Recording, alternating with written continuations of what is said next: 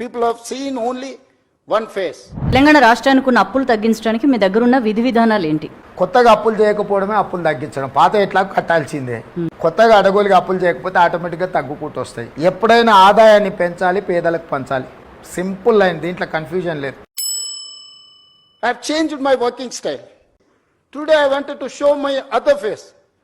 ఎప్పటి నుంచి 1/12/2023 నుంచి అధ్యక్ష బాగా సభ్యులందరూ వినాలి. 28/2/2026 వరకు దాదాపుగా ఈ 27 నెలలలో మేము తెచ్చిన అప్పు 3,47,294 కోట్ల అధ్యక్ష మేము తెచ్చిన అప్పు. I cannot SIT just like that. Sorry. నమస్తే మిత్రులారం, నేను మీ మల్లెపల్లి నరసింహుడు.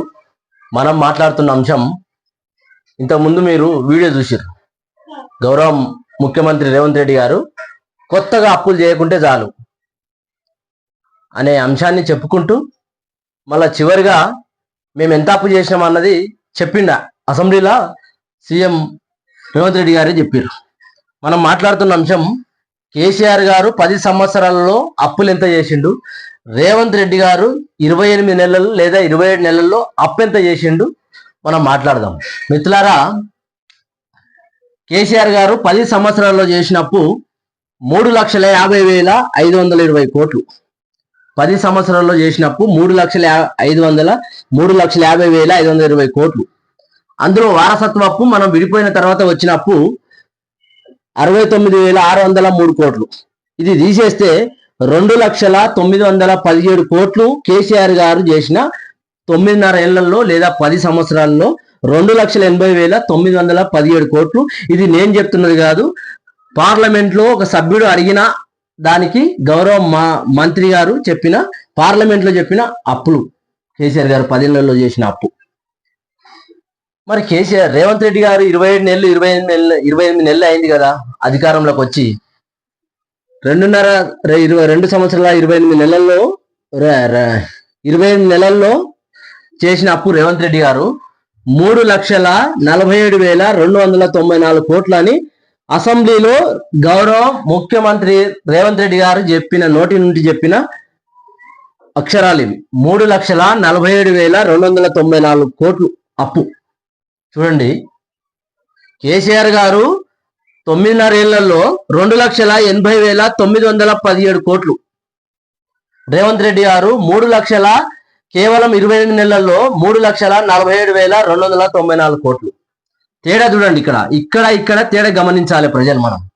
మనము అప్పులు కేసీఆర్ గారు అప్పు చేసిపోయాడు 8 లక్షలు 7 లక్షలు 6 లక్షలు ఇష్టానుసారంగా చెప్పారు.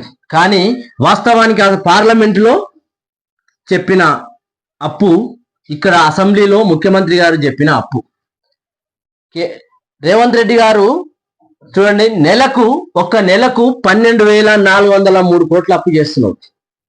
28 నెలలకు 3,47,294 కోట్లు అయితే యావరేజ్ గా నెలకు 12,403 కోట్లు.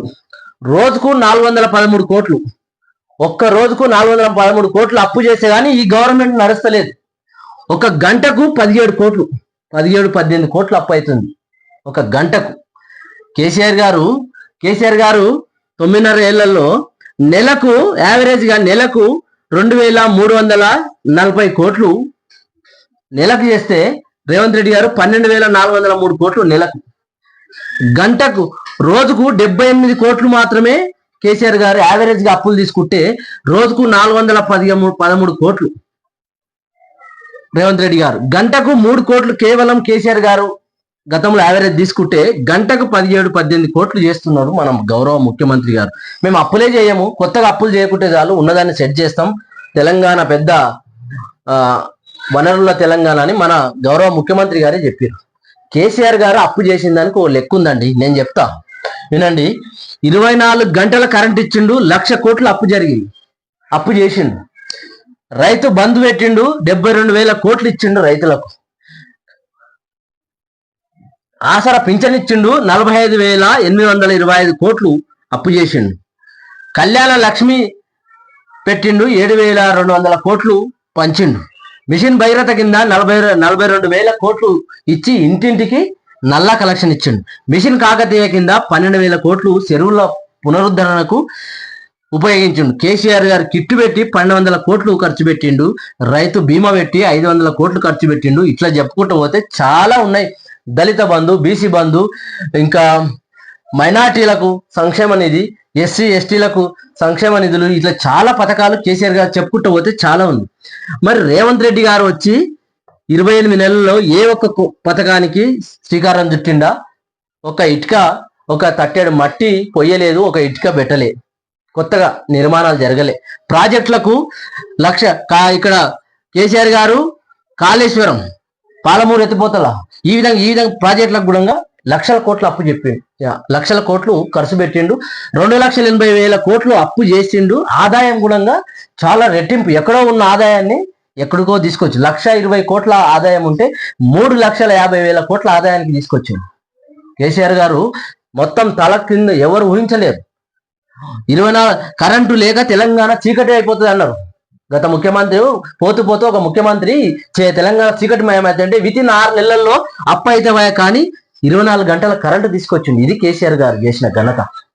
కాబట్టి రేవంత్ రెడ్డి గారు ఏం చేసిండు? దళిత బంధు ఏమైంది? మీరు బీసీ బంధు ఏమైంది?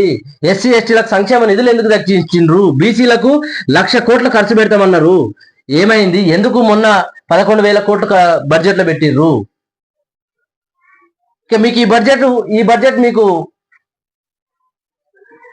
Important budget. ఇంకొక బడ్జెట్ ఉంటుంది, ఇంకా ఆ బడ్జెట్ లో టైం ఉండదు, ఇంకొక బడ్జెట్ లో ఎలక్షన్కి వెళ్ళిపోతారు. మీరు ఈ బడ్జెట్ లో ప్రజలకు పెద్ద గుండు సున్న పెట్టిండ్రు. మీరు ఇచ్చిన 6 గ్యారెంటీలకు మొత్తం గుండు సున్న చుట్టిండ్రు. రేవంత్ రెడ్డి గారు అప్పులే చేయను అన్నాడు, అప్పులే చేయం మేమన్నాడు. 3,47,294 కోట్లు చేసిండు.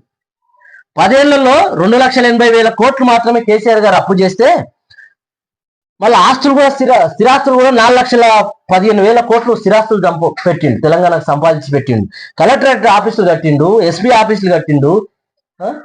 ఎంతో అద్భుతమైన పాలన అందించిండు కేసీఆర్ గారు. మొత్తం చిన్న భిన్నమైతుంది తెలంగాణ. ఇప్పుడు చిన్న భిన్నమైతుంది. హైదరాబాద్ మొత్తము భయభ్రాంతులకు గురవుతున్నారు ప్రజలు హైదరాబాద్. మరి మీరు కొత్తగా చేసింది ఎందుకు? ఏం చేసిర్రు? అప్పు ఎందుకు చేసిర్రు? మీరు ఫ్రీ బస్ అని చాలా చెప్తారు. నెలకు 300 కోట్లు, ఇది పెద్ద అమౌంట్ కాదు. 300 కోట్లు నెలకు ఫ్రీ బస్ కు ఖర్చు అయ్యేది.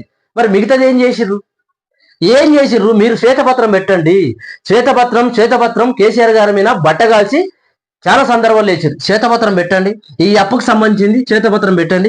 ప్రజలారా గమనించండి, కేసీఆర్ గారి మీద అప్పులు చేసిండని ఈ కాంగ్రెస్ ప్రభుత్వం చాలా చెప్పారు. కేసీఆర్ గారు ఏం చేసిరో ఇది పార్లమెంట్ లో చెప్పిన అప్పులు. కాబట్టి ప్రజలు ఈ పాలనకు తేడా గమనించాలి. అప్పులతోని ప్రభుత్వం నడుపుతున్నారు, అబద్ధాలతోని ప్రభుత్వం నడుపుతున్నారు. నెలకు 12,403 కోట్లు యావరేజ్ గా అప్పు చేస్తున్నారు వీళ్ళు. ఇంకా 3 ఏళ్ళు, ఇంకా 2.5 ఏళ్ళు ఉంది. కాబట్టి దగ్గర 10 లక్షలకు తీసుకుపోతారు అప్పు. కాబట్టి కేసీఆర్ గారి పాలన అద్భుతం, రేవంత్ రెడ్డి గారి పాలన చాలా విధ్వంసం కొనసాగుతున్నదని ఈ బెస్ట్ ఎగ్జాంపుల్. మిత్రులారా, అంశం ఇది. నమస్తే, నేను మీ మల్లెపల్లి నరసింహులు. నమస్తే.